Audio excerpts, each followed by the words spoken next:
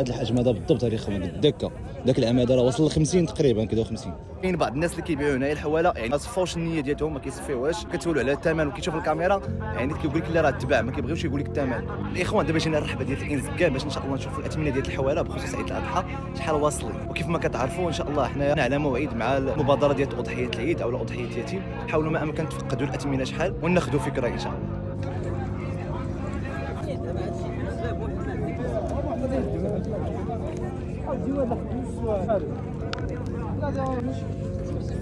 انا ماني بصافاتك مزيان وداك هذاك العليك صافي.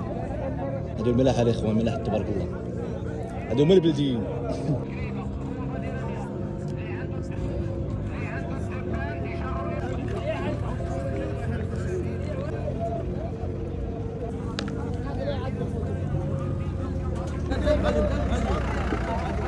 كاين اللي مليح اللهم بارك، كاين اللي مليح الحواله معلفين مزيان غير ما علفناش الثمن.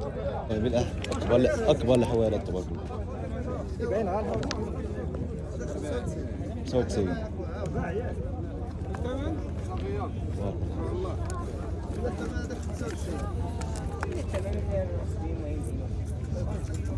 فين هانيه هذا الاخوان كنا كنديهم تقريبا في المبادره هذيك الساعه كنا كنديهم 1000 درهم. هذا الحجم هذا بالضبط هذه خويا بالدكه. ذاك العام هذا راه وصل ل 50 تقريبا كذا 50. اش وصل هذا الثمن هذا؟